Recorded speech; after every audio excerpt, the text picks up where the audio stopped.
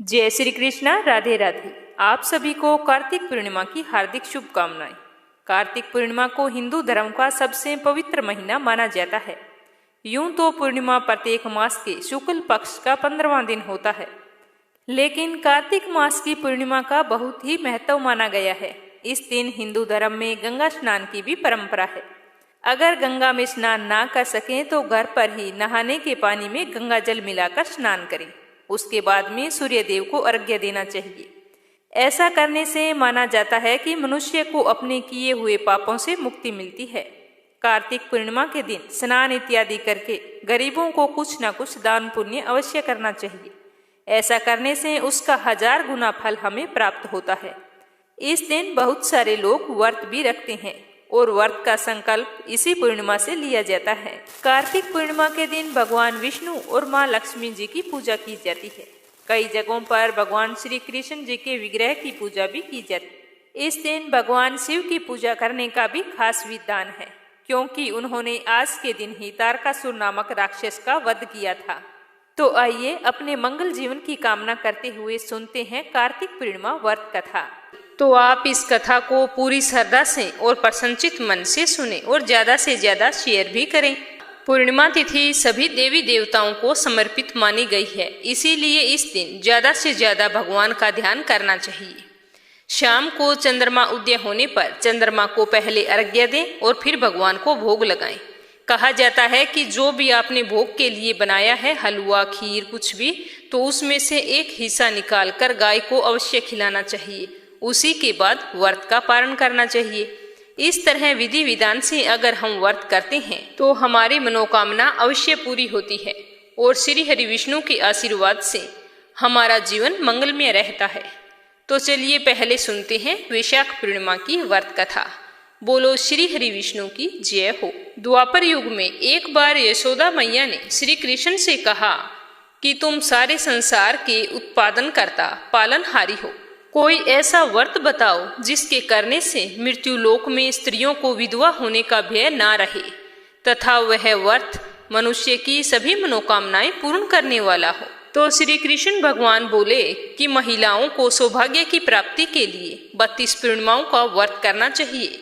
यह व्रत अचल सौभाग्य देने वाला और भगवान शिव के प्रति मनुष्य मात्र की भक्ति को बढ़ाने वाला है। यशोदा जी कहने लगी कि इस व्रत को मृत्यु लोक में किसने किया था? तो श्री कृष्ण भगवान बोले कि मैं तुम्हें एक कथा सुनाता हूँ, ध्यान से सुनना। इस भूमंडल पर अनेक प्रकार के रत्नों से परिपूर्ण कातिका नाम की एक नगरी थी। वहां चंद्रहास नामक राजा राज्य करता था। उसी नगर में धनेश्वर नाम का एक ब्राह्मण भी रहता था। उसकी पत्नी बहुत ही सुंदर थी, जिसका नाम रूपवती था। दोनों उस नगरी में बड़े ही प्रेम पूर्वक रहते थे। उनके घर में धन धान्य की कोई कमी नहीं थी, परंतु उनको सबसे बड़ा दुख था कि उनके कोई संतान नहीं थी। एक समय उस नगर में एक बड़ा योगी आया। वह योगी उस ब्राह्मण के घर को छोड़कर अन्य सभी घरों से भिक्षा लाकर भोजन किया करता था। वह रूपवती से कभी भी भिक्षा नहीं लेता था। एक दिन वह योगी रूपवती से भिक्षा ना लेकर किसी अन्य घर से भिक्षा लेकर गंगा किनारे जाकर प्रेम पूर्वक खा रहा था। तब धनेश्वर ने योगी को ऐसा करते हुए देख लिया। अपनी भिक्षा के अनादर से दुखी होकर धनेश्वर योगी से कहता है कि आप सब घरों से भिक्षा लेते हो, लेकिन मेरे घर से कभी भी भिक्षा नहीं लेते। इसका क्या कारण है? आज तो आपको मुझे बताना ही पड़ेगा। तो योगी ने कहा कि निसंतान के घर की भीख पतितों के अन्न के समान होती है, और जो पतितों का अन्न खाता है वह भी पतित हो जाता है। क्योंकि तुम्हारे संतान नहीं है, इसीलिए मैं पतित हो जाने के भय से तुम्हारे घर से भिक्षा नहीं लेता हूँ, और कोई बात नहीं। तो धनेश्वर यह बात जानकर बहुत ही दुखी हुआ और दोनों हाथ जोड़कर योगी के पैरों में गिर पड़ा और कहने लगा कि यदि ऐसा है तो आप ही मुझे पुत्र प्राप्ति का कोई उपाय बताएं। तुम सब कुछ जानने वाले हो, तुम मुझ पर कृपा करो। धन की मेरे घर में कोई कमी नहीं है, लेकिन संतान न होने के कारण मैं बहुत ही दुखी रहता हूँ। आप मेरे इस दुख का हरण करें। ऐसा कहते हुए वह रोने लगा। यह सुनकर योगी ने कहा कि तुम्हें चंडी की आराधना करनी चाहिए, इससे तुम्हारी मनोकामना अवश्य पूर्ण होगी। तो ब्राह्मण खुशी खुशी घर आ गया और आकर अपनी पत्नी को सारी बात बताई और फिर स्वयं वन में तपस्या के लिए चला गया। वहां जाकर उसने चंडी की उपासना शुरू कर दी और व्रत भी किए। चंडी ने 16वें दिन उसको सपवन में दर्शन दिया और कहा कि तुम्हारे यहाँ पुत्र होगा, परंतु 16 वर्ष की आयु में ही उसकी मृत्यु हो जाएगी। यदि वह दोनों स्त्री पुरुष 32 पूर्णिमाओं का व्रत विधि पूर्वक करेंगे तो वह दीर्घायु हो जाएगा। जितनी उनकी सामर्थ्य है आटे के दिए बनाकर शिवजी भगवान का पूजन करना, परंतु पूर्णिमा के व्रत 32 होने चाहिए, इस बात का ध्यान रखना चाहिए। आज तुम्हें प्रातःकाल होने पर इसी स्थान के समीप एक आम का वृक्ष दिखाई देगा। उस वृक्ष पर चढ़कर फल तोड़कर शीघ्र अपने घर चले जाना और अपनी पत्नी को सारा वृतांत बताना कि ऋतु स्नान करने के बाद वे स्वच्छ होकर श्री शंकर भगवान का ध्यान करके उस फल को खा ले। तब वह भगवान शंकर की कृपा से गर्भवती हो जाएगी। जब वह प्रातः ब्राह्मण उठा तो उसने उसी स्थान पर एक आम का वृक्ष देखा। उसे देखकर उसे बहुत ही खुशी हुई कि सपवन तो मेरा सत्य था। तभी उसने देखा कि उस आम के वृक्ष पर बहुत ही सुंदर फल लगा हुआ था। उस ब्राह्मण ने आम के वृक्ष पर चढ़कर फल को तोड़ने का प्रयास किया, परंतु वह असफल रहा। कई बार कोशिश की पर वह नहीं चढ़ पाया। तब ब्राह्मण को बहुत ही चिंता हुई कि अगर मैं यह फल नहीं तोड़ पाया तो फिर मेरे सपवन का और मेरी पूजा का क्या फायदा होगा। तो वह विघ्न विनाशक श्री गणेश जी की वंदना करके कहने लगा कि हे गणेश भगवान, मुझ पर कृपा करो, इतनी शक्ति दो कि मैं मेरे मनोरथ को पूरा कर सकूं। इस प्रकार से गणेश जी की प्रार्थना करके पेड़ पर चढ़ने की कोशिश की तो वह सफल हो गया चढ़ने में। तो उसने उस सुंदर आम के फल को तोड़ लिया और ब्राह्मण उसे तोड़कर जल्दी जल्दी जाकर वह फल अपनी पत्नी को दे दिया और साथ ही सपवन वाली बात भी उसे बता दी। तो उसकी पत्नी ने अपने पति के कहे अनुसार उस फल को खा लिया। तो भगवान शंकर की कृपा से वो गर्भवती हो गई। देवी जी की असीम कृपा से 9 महीने बाद ब्राह्मणी ने एक बहुत ही सुंदर पुत्र को जन्म दिया। उसका नाम था देवीदास। बालक शुक्ल पक्ष के चंद्रमा की भांति अपने पिता के घर में बड़ा होने लगा। भगवान की कृपा से वह बालक बहुत ही सुंदर, सुशील, विद्या पढ़ने में बहुत ही निपुण था। दुर्गा जी की आज्ञा अनुसार उसकी माता ने 32 पूर्णमासी का व्रत रखना शुरू कर दिया था ताकि उसका पुत्र बड़ी आयु वाला हो जाए। 16वां वर्ष लगते ही देवीदास के माता पिता को बहुत ही चिंता हुई कि कहीं उनका पुत्र इस वर्ष मृत्यु को प्राप्त ना हो जाए। तो उन्होंने अपने मन में विचार किया कि अगर इसकी मृत्यु हमारी आंखों के सामने हुई तो हम कैसे सहन करेंगे। इसीलिए उन्होंने देवीदास के मामा को बुलाया और कहा कि हमारी एक बहुत बड़ी इच्छा है। देवीदास को 1 वर्ष तक काशी में जाकर विद्या का अध्ययन करवाना है और कभी उसे अकेला नहीं छोड़ना।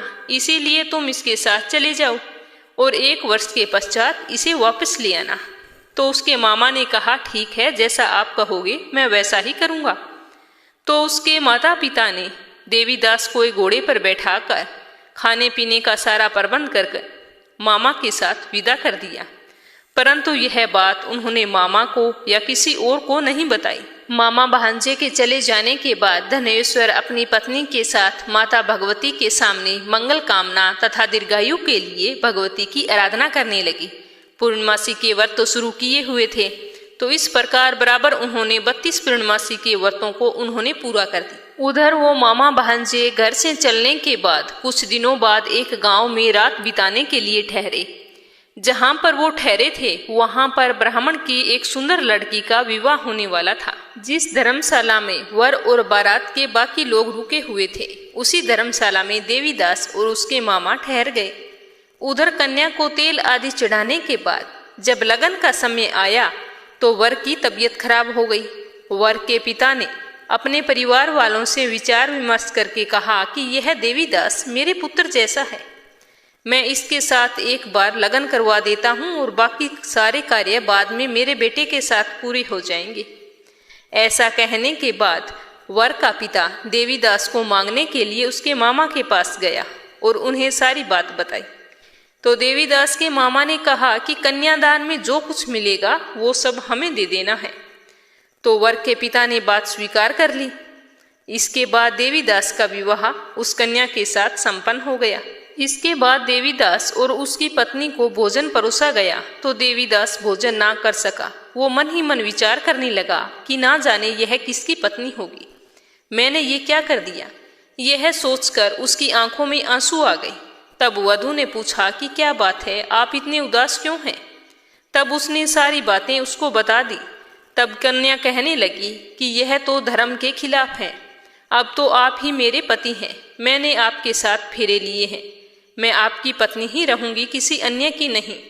तब देवीदास ने कहा कि ऐसा मत करिए, क्योंकि मेरी आयु बहुत कम है, मेरे बाद आपका क्या होगा। लेकिन उसकी पत्नी नहीं मानी, बोली स्वामी आप भोजन कीजिए। दोनों रात में सोने के लिए चले गए। सुबह देवीदास ने पत्नी को 4 नगों से जड़ी एक अंगूठी और एक रुमाल दिया और कहा कि इसे लो और संकेत समझकर स्थिर चित्त हो जाओ और मेरे मरण और जीवन जानने के लिए एक पुष्प वाटिका बना लो, उसमें सुगंधी वाली एक नवमल्लिका लगा लो, उसे प्रतिदिन जल से सिंचा करना और आनंद के साथ खेलो कूदो। जिस समय और जिस दिन मेरे प्राणों का अंत होगा उस दिन ये फूल सूख जाएंगे और जब ये फिर से हरे भरे हो जाएं तो जान लेना कि मैं जीवित हूँ। यह समझाकर वो वहां से चला गया। इसके बाद जब विदाई का समय आया तो वह पहले वाला दूल्हा और बाकी के बाराती मंडप में आए तो कन्या ने उसे देखकर कहा कि पिताजी ये मेरा पति नहीं है, मेरा पति वह है जिसके साथ मैंने रात में बातचीत की थी। अगर यह मेरा पति है तो ये बताएं कि मेरी इसके साथ क्या बात हुई थी और इसने मुझे क्या कुछ दिया था। साथ ही कन्यादान के समय जो आभूषण मिले थे वो भी मुझे दिखाए। तो कन्या की ये सारी बातें सुनकर वह कहने लगा कि मैं यह सब नहीं जानता। इसके बाद वो बारात खाली वापस लौट गई। भगवान श्री कृष्ण जी कहते हैं कि इस प्रकार देवीदास काशी विद्या अध्ययन के लिए चला गया। जब कुछ समय बीता तो काल से प्रेरित होकर एक सर्प रात के समय उसको डसने के लिए आया।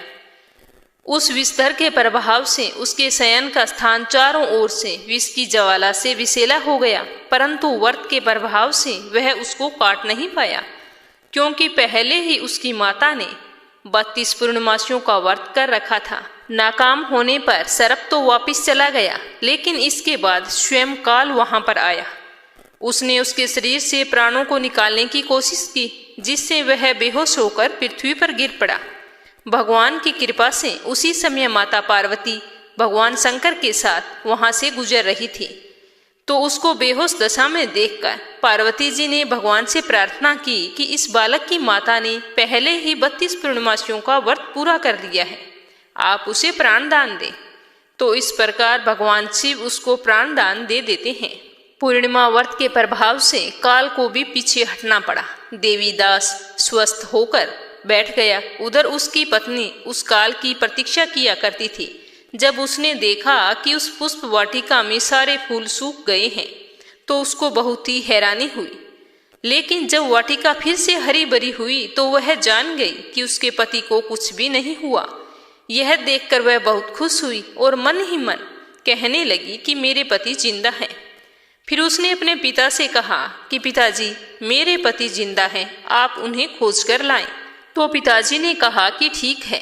उधर 16वां साल पूरा हो गया था तो देवीदास अपने मामा के साथ काशी से वापिस आ रहा था। उधर उनके ससुर उनको खोजने के लिए जाने ही वाले थे कि दोनों मामा भांजे वहां आ गए। उनको आया हुआ देखकर उसके ससुर को बहुत ही प्रसन्नता हुई और उन्हें अपने साथ घर ले आई। तो उसी समय नगर के सारे लोग वहां पर इकट्ठे हो गए। सारे लोगों ने और उस कन्या ने उस लड़के को पहचान लिया। कुछ दिन वहां रुकने के बाद देवीदास अपनी पत्नी और मामा के साथ अपने ससुराल से बहुत सारे उपहार लेकर अपने नगर को रवाना हुए। जैसे ही वो अपने गांव के निकट पहुंचे तो उसको देखते ही गांव के लोगों ने उसके माता पिता को जाकर कहा कि देवीदास अपनी पत्नी और मामा के साथ आ रहा है। तो ऐसा सुनकर उसके माता पिता बहुत ही खुश हुए। पुत्र और पुत्रवधू के आने की खुशी में धनेश्वर ने बहुत ही बड़ा उत्सव मनाया। तब श्री कृष्ण जी कहते हैं कि धनेश्वर 32 पूर्णमासी के प्रभाव से पुत्रवान हुआ। जो व्यक्ति इस व्रत को करते हैं वे जन्म जन्मांतर के पापों से छुटकारा पा लेते हैं। तो अब अपने सुनेंगे श्री सत्यनारायण भगवान की व्रत कथा। एक समय नैमिषारण्य तीर्थ में शौनक आदि 88,000 ऋषियों ने श्री सूत जी से पूछा कि हे प्रभु, इस कलयुग में वेद विद्या रहित मनुष्यों को प्रभु भक्ति किस प्रकार मिलेगी तथा उनका उद्धार कैसे होगा। इसीलिए हे मुनि, आप ऐसा कोई व्रत या तप कहिए जिसे थोड़े समय में पुण्य प्राप्त होवे तथा मनवांछित फल मिले। वह कथा हमारी सुनने की प्रबल इच्छा है। सर्वशास्त्र श्री सूत जी बोले कि हे वैष्णव में पूज्य, आप सबने प्राणियों के हित की बात पूछी है। आज मैं आपको बहुत ही महत्वपूर्ण व्रत के बारे में बताऊंगा, जिस व्रत को नारद जी ने लक्ष्मी नारायण से पूछा था और लक्ष्मीपति ने मुनि श्रेष्ठ नारद से कहा था। सो ध्यान से सुनो। एक समय योगी राज नारद जी दूसरों की हित की इच्छा से अनेक लोकों में घूमते हुए मृत्यु लोक में आ पहुंचे। वहां अनेक योनियों में जन्मे हुए सभी मनुष्य अपने अपने कर्मों द्वारा अनेक दुखों से पीड़ित देखकर सोचा कि किस यत्न के करने से निश्चय ही प्राणियों के दुखों का नाश हो सकेगा। ऐसा मन में सोचकर वे विष्णु लोक को गए। वहां श्वेत वर्ण और 4 भुजाओं वाले देवों के इष्ट नारायण को देखकर, जिनके हाथों में शंख चक्र गदा तथा वनमाला पहने हुए थे, स्तुति करने लगे कि हे भगवान, आप अत्यंत शक्ति से संपन्न हैं। मन तथा वाणी आपको पा नहीं सकती। आपका आदि मध्य अंत नहीं है। आप निर्गुण स्वरूप, सृष्टि के आदिभूत वह भक्तों के दुखों को नष्ट करने वाले हो। आपको मेरा बारंबार नमस्कार। नारद जी से इस प्रकार की स्तुति सुनकर विष्णु भगवान बोले कि हे मुनि श्रेष्ठ, आपके मन में क्या है और किस काम के लिए आपका आगमन हुआ है, निसंकोच कहो। तब नारद मुनि बोले कि मृत्यु लोक में सब मनुष्य जो अनेक योनियों में पैदा हुए हैं, अपने अपने कर्मों के द्वारा अनेक प्रकार के दुखों से दुखी हो रहे हैं। हे नाथ, मुझ पर दया रखते हो तो बतलाइए कि उन सब मनुष्यों के दुख थोड़े से ही प्रयत्न से कैसे दूर हो सकते हैं। तो श्री भगवान जी बोले कि हे नारद, मनुष्यों की भलाई के लिए तुमने ये बहुत ही अच्छी बात पूछी है। जिस काम को करने से मनुष्य मोह छूट जाता है, आज मैं कहता हूँ, सुनो। बहुत ही पुण्य फल देने वाला स्वर्ग तथा मृत्यु लोक दोनों में दुर्लभ एक उत्तम व्रत है। आज मैं प्रेमवश होकर तुमसे कहता हूँ, ध्यान पूर्वक सुनना। सत्यनारायण का यह व्रत अच्छी तरह विधि पूर्वक करने के बाद मनुष्य आयु उपरांत यहाँ के सुख भोग कर मरने पर मोक्ष को प्राप्त होता है। श्री भगवान जी के वचन सुनकर नारद मुनि बोले कि उस व्रत का फल क्या है, क्या उसका विधान है और यह व्रत किसने किया है और किस दिन यह व्रत करना चाहिए, मुझे पूरा विस्तार से बताइए। तो भगवान श्री हरि विष्णु बोले कि दुख शोक आदि को दूर करने वाला, धन धान्य बढ़ाने वाला, सुख सौभाग्य तथा संतान को देने वाला यह व्रत सब स्थानों पर विजय प्राप्त करने वाला है। भक्ति और श्रद्धा के साथ किसी भी दिन मनुष्य श्री सत्यनारायण की प्रातःकाल के समय या फिर शाम को ब्राह्मणों और बंधुओं के साथ धर्मपरायण होकर पूजा करे। भक्ति भाव से नैवेद्य केले का फल, घी, दूध, गेहूं का चूर्ण सवाया लेवे। गेहूं के अभाव में साठी का चूर्ण, शक्कर तथा गुड़ ले और सब भक्षण योग्य पदार्थ जमा करके भगवान को अर्पण कर देवे और कहे कि हे सत्यनारायण भगवान, मैंने श्रद्धा पूर्वक फल जल आदि सामग्री आपको अर्पण की है, इसे स्वीकार कीजिए। मेरा आपको बारंबार नमस्कार है। इसके बाद सत्यनारायण जी की कथा पढ़नी अथवा सुननी चाहिए। कथा समाप्त होने पर सत्यनारायण जी की आरती करें और उसके बाद में सत्यनारायण भगवान का स्मरण करते हुए समय व्यतीत करें। उस दिन बंधुओं सहित ब्राह्मणों को भोजन भी करवाए। इस तरह व्रत करने से मनुष्य की इच्छा निश्चय ही पूरी होती है। विशेषकर कली काल में भूमि पर मोक्ष का सबसे सरल उपाय यही है। तो सूत जी बोले कि हे ऋषियों, जिसने पहले के समय में इस व्रत को किया है उसका इतिहास भी मैं तुम्हें कहता हूँ, ध्यान से सुनो। सुंदर काशीपुरी नगरी में एक अत्यंत निर्धन ब्राह्मण रहता था। वह भूख और प्यास से बेचैन हुआ नित्य पृथ्वी पर घूमता था। ब्राह्मणों से प्रेम करने वाले भगवान श्री हरि ने ब्राह्मण का वेश धारण करके उस बूढ़े ब्राह्मण के पास जाकर आदर से पूछा कि हे विप्र, नित्य दुखी हुआ पृथ्वी पर क्यों घूमता है? हे श्रेष्ठ ब्राह्मण, यह सब मुझसे कहो, मैं सुनना चाहता हूँ। तो वह ब्राह्मण बोला कि मैं निर्धन ब्राह्मण हूँ, भिक्षा के लिए पृथ्वी पर फिरता हूँ। हे भगवान, यदि आप इसका उपाय जानते हो तो कृपा करके मुझे बताओ। तो वृद्ध ब्राह्मण बोला कि सत्यनारायण भगवान मनवांछित फल देने वाले हैं, इसीलिए हे ब्राह्मण, तू उसका पूजन कर, जिसके करने से मनुष्य सब दुखों से मुक्त होता है। ब्राह्मण को व्रत का सारा विधान समझाकर ब्राह्मण का रूप धारण करने वाले श्री हरि विष्णु अंतर्ध्यान हो गए और वह ब्राह्मण भी घर आ गया।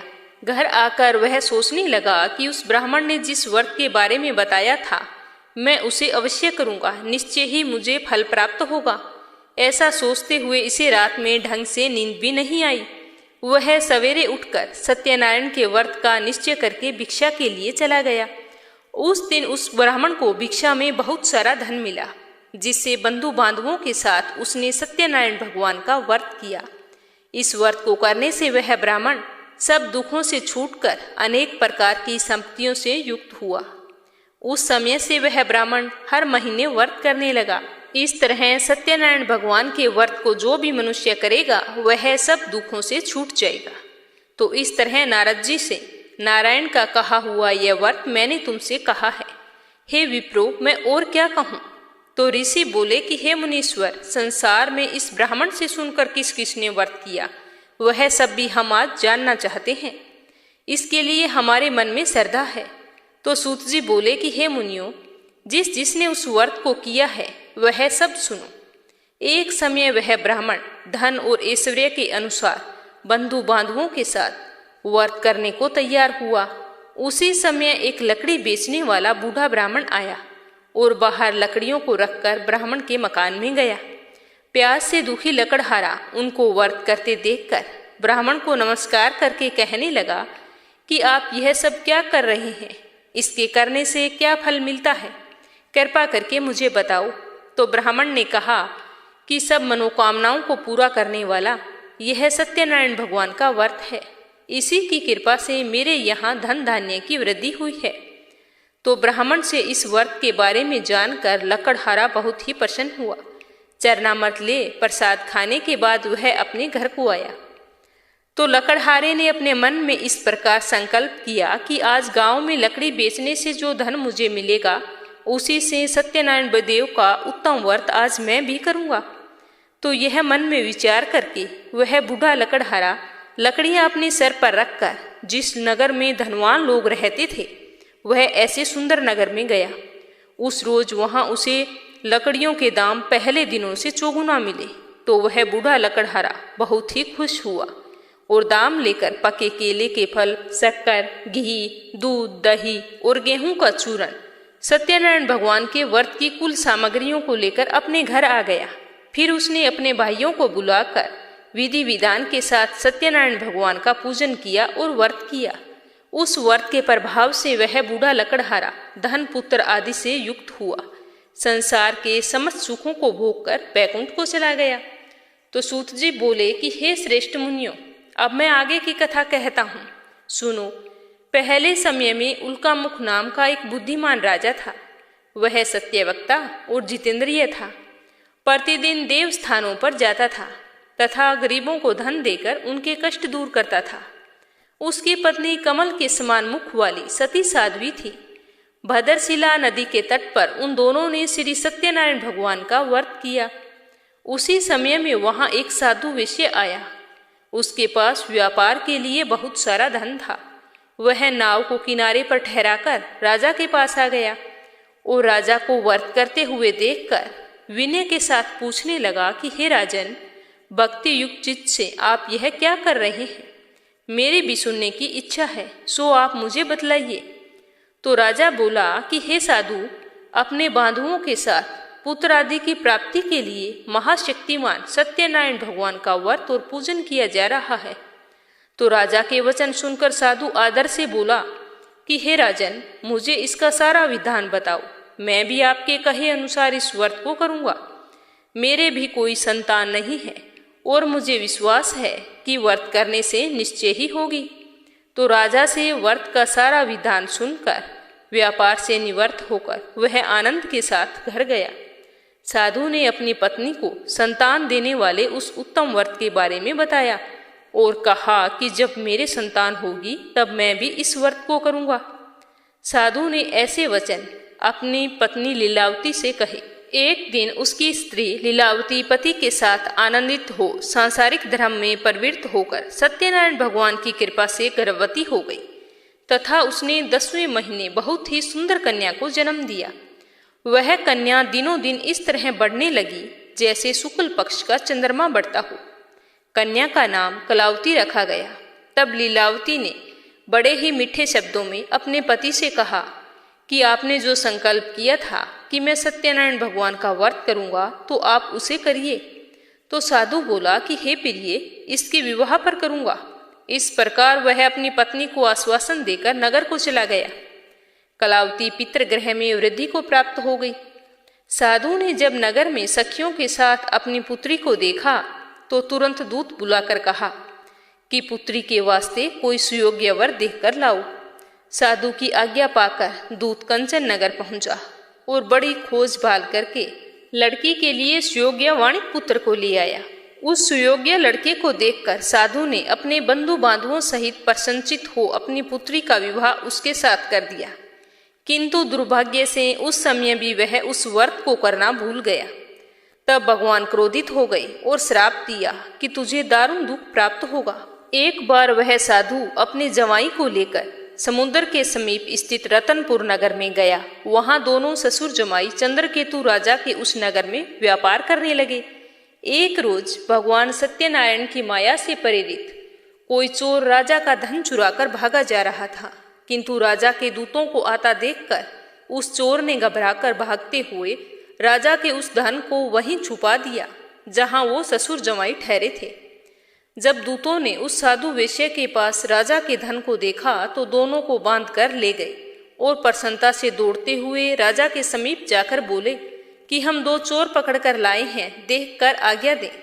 तब राजा ने आज्ञा दी कि उनको कठोर कारावास में डाल दो और उसका सारा धन छीन लो। सत्यनारायण भगवान के श्राप द्वारा उसकी पत्नी भी घर पर बहुत ही दुखी हुई और जो घर पर धन रखा था चोर चुरा कर ले गए। शारीरिक व मानसिक पीड़ा तथा भूख प्यास से अति दुखी हो अन्न की चिंता में कलावती एक ब्राह्मण के घर गई। वहां उसने सत्यनारायण भगवान का व्रत होते देखा तो वहां पर उसने कथा सुनी और कथा समाप्त होने पर प्रसाद ग्रहण करके रात को घर आई। तो माता ने कलावती से कहा कि हे बेटा, अब तक तू कहाँ थी और तेरे मन में क्या है? तो कलावती बोली कि माता, मैंने एक ब्राह्मण के घर श्री सत्यनारायण भगवान का व्रत होते देखा है। कन्या के वचन सुनकर लीलावती भगवान के पूजन की तैयारी करने लगी। लीलावती ने परिवार और बंधुओं सहित श्री सत्यनारायण भगवान का पूजन किया और साथ ही व्रत भी रखा। वर मांगा कि मेरे पति और दामाद शीघ्र घर आ जाए। साथ ही प्रार्थना की कि हम सबका अपराध क्षमा करो। तो सत्यनारायण भगवान उसके इस व्रत से संतुष्ट हो गई और उस राजा चंद्रकेतु को सपवन में दर्शन देकर कहा कि हे राजन, दोनों वेश्यों को प्रातः ही छोड़ दो।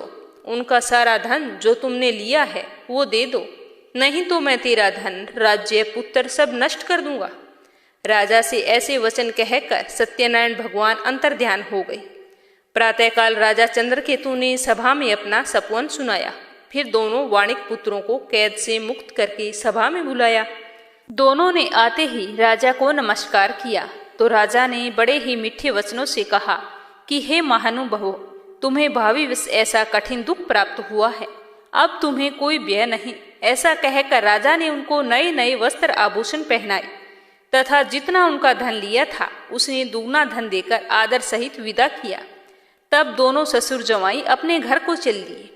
सूत जी कहते हैं कि वेश्या ने मंगलाचार करके यात्रा आरंभ की और अपने नगर को चला। उनके थोड़ी दूर निकलने पर दंडी वेशधारी सत्यनारायण ने उनसे पूछा कि हे साधु, तेरी नाव में क्या है? तो अभिमानी वाणिक हंसता हुआ बोला कि हे दंडी, आप क्यों पूछते हो? क्या धन लेने की इच्छा है? मेरी नाव में तो बेल और पत्ते भरे हैं। तो वेश्या का इतना कठोर वचन सुनकर भगवान ने कहा कि तुम्हारा वचन सत्य हो। दंडी ऐसा कहकर वहां से दूर चले गए और कुछ दूर जाकर समुद्र के किनारे पर बैठ गए।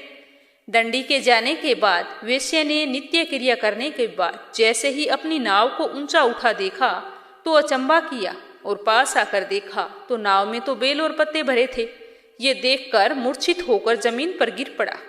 फिर मूर्छा खुलने पर अत्यंत शोक प्रकट करने लगा। तब उसका दामाद बोला कि आप शोक न करें, यह दंडी का श्राप है, अतः हमें उनकी शरण में चलना चाहिए, तभी हमारी मनोकामना पूर्ण होगी। दामाद के वचन सुनकर साधु वाणिक दंडी के पास पहुंचा। अत्यंत भक्ति भाव से नमस्कार करके बोला कि हे भगवान, आपकी माया से मोहित ब्रह्मा आदि भी आपके रूप को नहीं जानते, तब मैं अज्ञानी कैसे जान सकता हूँ। आप प्रसन्न होइए, मैं सामर्थ्य के अनुसार आपकी पूजा करूँगा। आप मेरी रक्षा करो और पहले के समान मेरी नौका में धन भर दो। तो उसके भक्ति युक्त वचन सुनकर भगवान प्रसन्न होकर उसकी इच्छा अनुसार वर देकर अंतर्ध्यान हो गए। तब उन्होंने नाव को देखा तो नाव तो धन से परिपूर्ण थी। फिर वो भगवान सत्यनारायण का पूजन करके अपने जवाई के साथ नगर को चला। अपने नगर के निकट पहुंचा तब दूत को घर भेजा। दूत ने साधु के घर जाकर उसकी पत्नी को नमस्कार करके कहा कि साधु अपने जवाई के साथ इस नगर के समीप आ गए हैं। ऐसा वचन सुनकर साधु की पत्नी बहुत ही खुश हुई और बड़ी ही खुशी के साथ सत्यदेव भगवान का पूजन किया और अपनी पुत्री से कहा कि मैं अपने पति के दर्शन के लिए जा रही हूँ, तू उस कार्य पूर्ण करके शीघ्र ही आ जाना। तो माता के ऐसे वचन सुनकर कलावती प्रसाद को छोड़कर पति के दर्शन करने के लिए गई। प्रसाद की अवज्ञा के कारण सत्यदेव भगवान फिर रुष्ट हो गई। उसके पति को नाव सहित पानी में डुबो दिया। कलावती अपने पति को ना देखकर रोती हुई जमीन पर गिर पड़ी। इस तरह से नौका को डूबा हुआ तथा कन्या को रोता हुआ देखकर साधु दुखी होकर बोला कि हे प्रभु, मुझसे या मेरे परिवार से जो भी कोई भूल हुई है उसे क्षमा करो। उसके दीन वचन सुनकर सत्यदेव भगवान प्रसन्न हो गई और आकाशवाणी हुई कि हे साधु, तेरी कन्या मेरे प्रसाद को छोड़कर आई है, इसीलिए इसका पति अदृश्य हुआ है। यदि वह घर जाकर प्रसाद खाकर लौटे तो इसे इसका पति अवश्य मिलेगा। तो ऐसी आकाशवाणी सुनकर कलावती जल्दी से अपने घर गई और पूजा करके प्रसाद खाया। फिर आकर पति के दर्शन किए। तत्पश्चात साधु ने बंधु बांधुओं सहित सत्यदेव भगवान का विधि पूर्वक पूजन किया और उसके बाद से वह प्रत्येक पूर्णिमा को सत्यनारायण भगवान का पूजन करता और व्रत रखता, साथ ही कथा भी करता। फिर इस लोक का सुख भोग कर अंत में स्वर्ग लोक को गया। फिर सूत जी बोले कि हे ऋषियों, मैं और भी कथा कहता हूँ, सुनो। प्रजा पालन में लीन तुंग ध्वज नाम का एक राजा था। उसने भी भगवान का प्रसाद त्याग कर बहुत ही दुख पाया था। एक समय वह वन में जाकर वन्य पशुओं को मारकर बड़ के पेड़ के नीचे आया। वहां पर उसने ग्वालों को भक्ति भाव से श्रद्धा सहित सत्यनारायण जी का पूजन करते देखा। तो राजा तो घमंडवश वहां नहीं गया और ना ही नमस्कार किया। पूजा समाप्त होने पर जब ग्वालों ने भगवान का प्रसाद राजा को दिया तो राजा ने उस प्रसाद को त्याग दिया और अपनी नगरी को चला गया। वहां जाकर उसने देखा कि सब कुछ नष्ट हो गया है। तो वह राजा जान गया कि यह सब सत्यनारायण भगवान ने किया है। तब वह विश्वास करके फिर से ग्वालों के समीप गया और विधि पूर्वक पूजन करके प्रसाद खाया। तो सत्यदेव की कृपा से सब कुछ पहले जैसा हो गया। फिर दीर्घ काल तक सुख भोग कर मरने पर स्वर्ग लोक को गया। जो मनुष्य इस परम दुर्लभ व्रत को करेगा, भगवान की कृपा से उसे धन धान्य की प्राप्ति होगी। निर्धन धनी बंदी बंधन से मुक्त हो जाता है। संतानहीनों को संतान की प्राप्ति होती है तथा सब मनोरथ पूर्ण होकर अंत में वैकुंठ धाम को जाता है। जिन्होंने पहले इस व्रत को किया था, अब उसके दूसरे जन्म की कथा कहता हूँ। अवृद्धस्तानंद ब्राह्मण ने सुदामा का जन्म लेकर मोक्ष को पाया। उल्कामुख नाम का राजा दशरथ होकर वैकुंठ को प्राप्त हुआ। साधु वेश्या ने मोर ध्वज बनकर अपने पुत्र को आरे से चीरकर मोक्ष को प्राप्त किया। महाराज तुंग ध्वज ने स्वयंभू होकर भगवान में भक्ति युक्त कर्म करके मोक्ष को पाया। बोलो सत्यनारायण भगवान की जय हो। बोलो विष्णु भगवान की जय हो। तो चलिए अब सुनते हैं गणेश जी की कहानी, जो हर व्रत कथा के बाद में अवश्य सुननी चाहिए। बोलो गणेश गजानन की जय हो। एक गांव था जिसमें एक सेठ जी अपने परिवार के साथ रहा करते थे। सेठ जी का बहुत ही बड़ा कारोबार था। सेठ जी गणेश जी की पूजा में पूरा ही विश्वास रखते थे। बड़ी श्रद्धा भाव से गणेश जी की पूजा किया करते थे, जिसके कारण सेठ जी के घर में अन्न धन की कोई भी कमी नहीं थी। वो सदैव भरे रहते थे। उनके जीवन में कभी भी किसी प्रकार की कोई कठिनाई नहीं आई। नित्य प्रतिदिन नियम अनुसार वो रोजाना नदी पर स्नान करने जाते और आकर गणेश जी की पूजा करते, फिर उन्हें भोग लगाते, उसके बाद में ही स्वयं भोजन करते। लेकिन यह बात सेठानी को बिल्कुल भी अच्छी नहीं लगती। वो धार्मिक नहीं थी और ना ही ईश्वर में विश्वास रखती थी। एक बार सेठानी ने सोचा कि यह इतना गणेश जी को मानते हैं, गणेश जी की पूजा करने से क्या होता है, मैं तो मानती नहीं हूँ। आज देखती हूँ कि वो गणेश जी की पूजा कैसे करते हैं।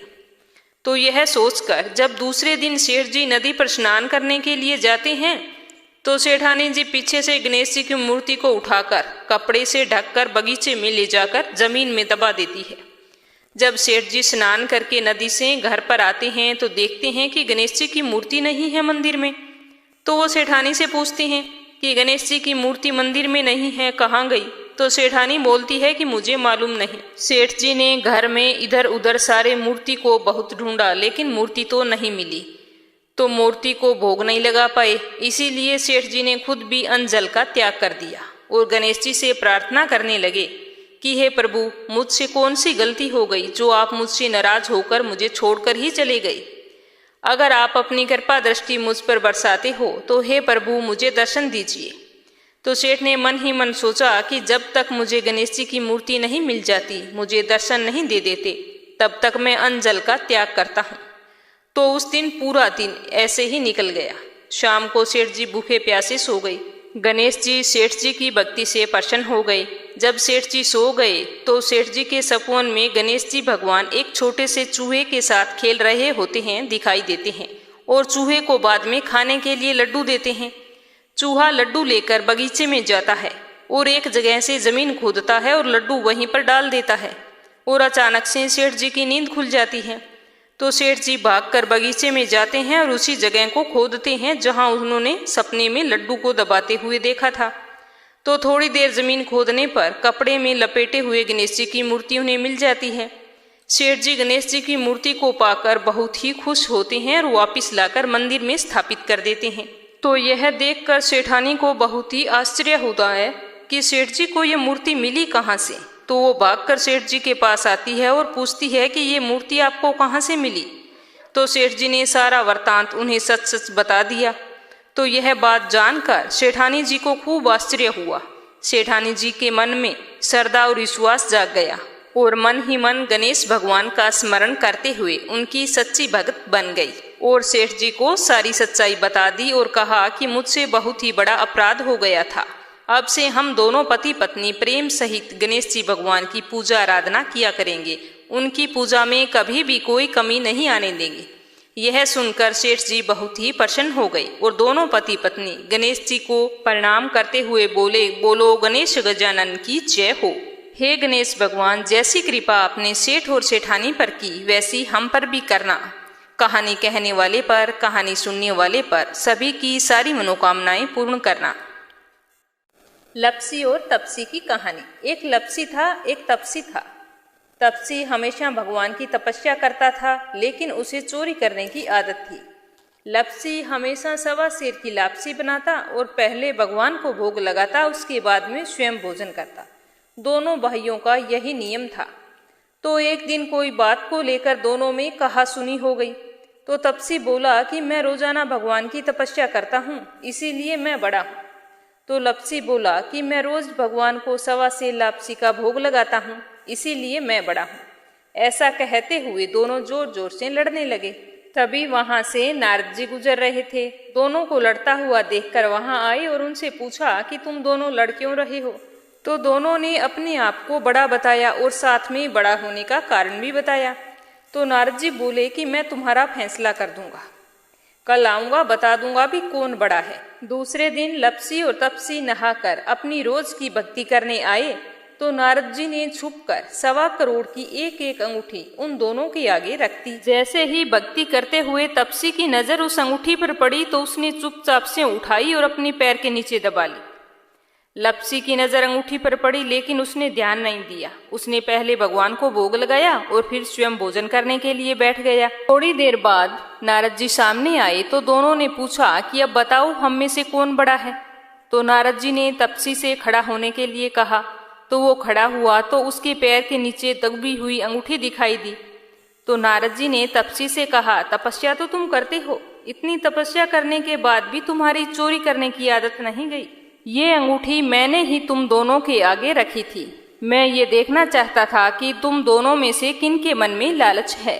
तो तूने तो अंगूठी दिखाई पड़ते ही झट से अपने पैर के नीचे दबा ली। लेकिन लप्सी का ध्यान अंगूठी पर जाने के बाद भी लप्सी ने अंगूठी को ना ही उठाया और ना ही ध्यान किया। उसने सिर्फ अपने भगवान जी में ही ध्यान रखा, उन्हें भोग लगाया और बाद में स्वयं भोजन करने लगा। इसीलिए लप्सी बड़ा है और तुम्हें तुम्हारी तपस्या का कोई भी फल नहीं मिलने वाला। जितनी चाहे मर्जी तुम तपस्या कर लो, तुम्हें इसका कोई भी फल नहीं मिलेगा। तो तपसी को यह सुनकर बहुत ही दुख हुआ और वह शर्मिंदा होकर नारद जी से माफी मांगने लगा और कहने लगा कि आज तक की मेरी गलती माफ करो और मुझे बताओ कि मुझे मेरी तपस्या का फल कैसे मिलेगा। आज के बाद कभी भी मैं चोरी नहीं करूंगा। तो नारद जी ने कहा कि यदि कोई गाय और कुत्ते की रोटी नहीं बनाएगा तो उसका फल तुझे मिलेगा। यदि कोई आदमी ब्राह्मण को भोजन करवाकर उसे दक्षिणा नहीं देगा तो उसका फल भी तुझे ही मिलेगा। अगर किसी को सूट, तीवल, साड़ी अगर हम देते हैं, उसके ऊपर अगर भेंट स्वरूप कुछ रुपए नहीं देंगे तो उसका फल भी तुझे ही मिलेगा। अगर कोई व्यक्ति दिए से दिया जलाएगा तो उसका फल भी तुझे ही मिलेगा। अगर कोई औरत आंगन लीपकर चौका नहीं लीपेगी तो उसका फल भी तुझे ही मिलेगा। यदि कोई व्रत कथा में सारी कहानी सुन ले लेकिन तुम्हारी कहानी ना सुने तो उसका फल भी तुझे ही मिलेगा। उसी दिन से हर व्रत कथा और कहानी के साथ लप्सी तपसी की कहानी कही और सुनी जाती है।